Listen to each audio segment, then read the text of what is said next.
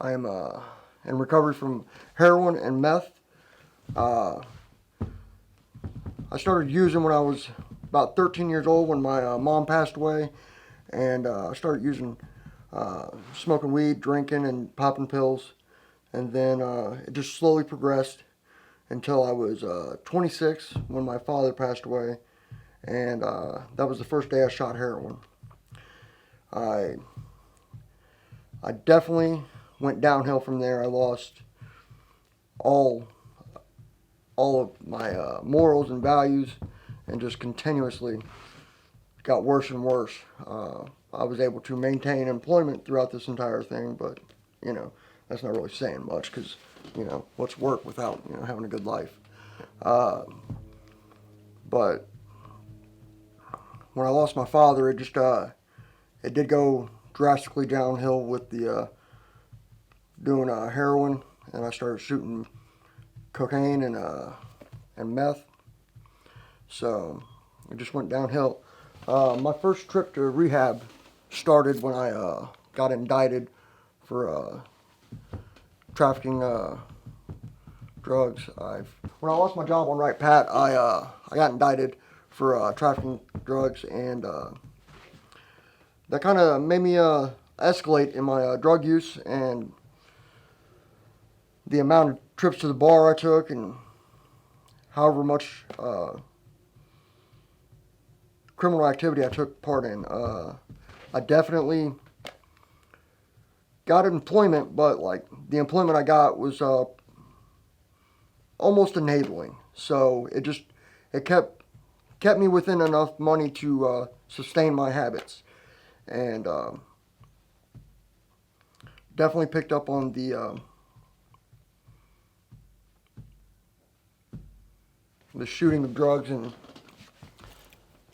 everything like that.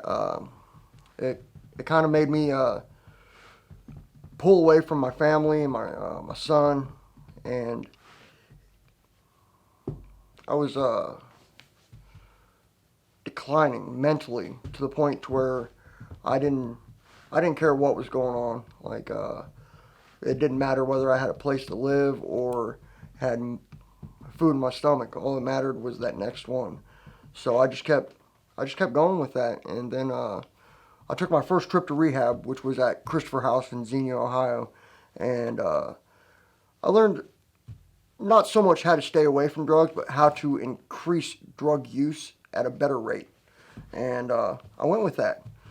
So right after I got out of Christopher House, I got taken off felony probation, and then I was doing great for a while. Not really. I just kept getting worse and worse, and then I got in trouble again. And this time it was for an overdose. I got felony charges for possession of drugs when they found them on me when I overdosed.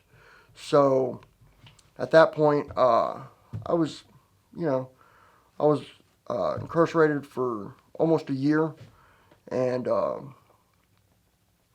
went from the county jail to a place called CCC, Community Correction Center, which was a rehab that was six months long, and it was full lockdown. So, like, all I did was I learned about like my cognitive behaviors and stuff like that, and what I was doing wrong with the way I was thinking and stuff like that. It worked for a little while, but like, seeing as how I didn't complete that program, I got kicked out and sent back to county. I was released from the county, and like I stayed clean for a couple months, but it really didn't stick because I wasn't really ready to stop. So, excuse me. I definitely I got pushed back into my son's life, and then quickly removed myself with the drug use when I started using again. So from that point, I went back to being homeless and doing as much as I could possibly do to stay high. So I was quickly arrested. Well, not quickly. It was probably about 6 or 7 months later. I was arrested and did the remainder of my time in county jail, and then when released from there, I went back to being homeless and, selling drugs and doing drugs and as much as possible. So at that point, it was uh, probably about 2 years later, I got arrested for trespass of inhabitants that is likely to be inhabited or is inhabited, which is a felony, another felony. So at that point, I got arrested and locked up again, and I did 6 months in county, and then I did a rehab program that was in Greene County Jail, which was called Greenleaf. It was 6 months long as well.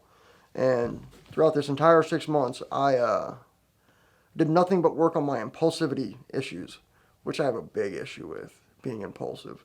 Um, and my biggest impulse was, to numb the pain. So, in turn, you know, I went from being impulsive about doing drugs to being impulsive about just random decisions about how it's what I'm gonna do with my life. And I went from Greenleaf to a sober living called Lighthouse here in Dayton, and that was the first time that I was truly introduced to recovery.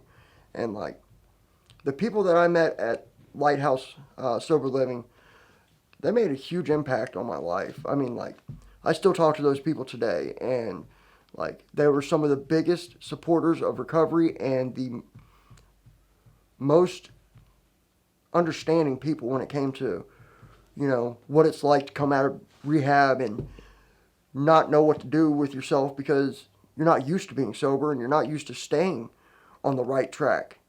I did well for that. Altogether, I put together 18 months of sobriety at that point. And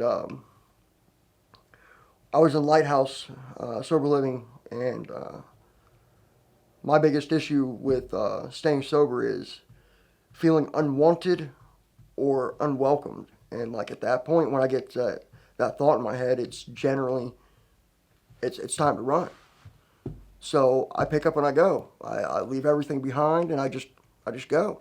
I start using again, and it puts me right back in the same situation. Homeless and friendless, because like the people that you use with, they're not really your friends. They're just people that are there to manipulate you and use you for what you can and can't do for them. So basically, I kept going, and I went on the run for probably 8 or 9 months because I was on felony probation at that time, and I got to the point where I didn't want to use anymore, and I checked myself into a rehab facility called Access Hospital here in Dayton. And when I was getting ready to be released from Access Hospital, I was told about a place called Good Shepherd Ministries, and like, man, it sounded great. It was cool. It was what I thought I needed, and I was interviewed by the program director, Sean Trapp, and like, I've never been scared to work. That's like my best quality is I'll go to work. Even through my active addiction, I carried a job. It was great. So like he said, we work hard, but we keep our recovery first. So like that intrigued me, and like that was my first time here at Good Shepherd, and like it was great. Like it was the first time I had felt like I was at home and actually welcomed my entire life. So I did good for a while, but it clicked one day in my head that it was time to go. So I left. And it wasn't good. Like when I left Good Shepherd, I started ripping and running and using again. And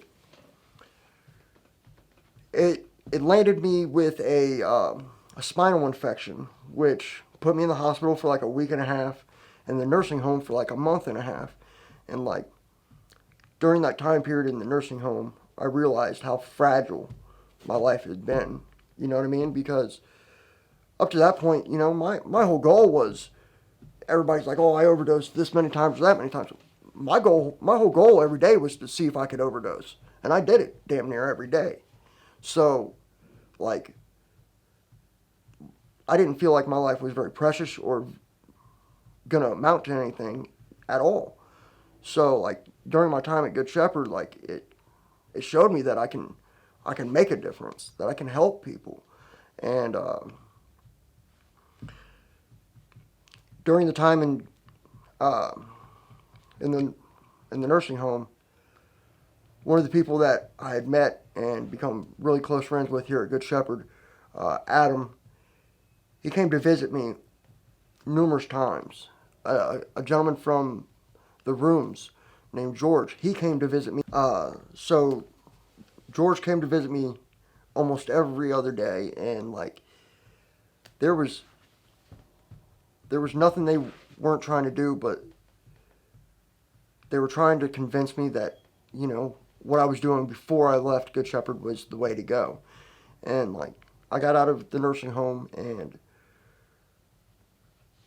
I did my best to get back to rehab, but like me being me, I wanted to go back to work. I wanted to make a living and make something of myself. Well, I started working, and then it started back in the same routine of I went back to the same job, and I went back to the same lifestyle, and like that's not what I needed.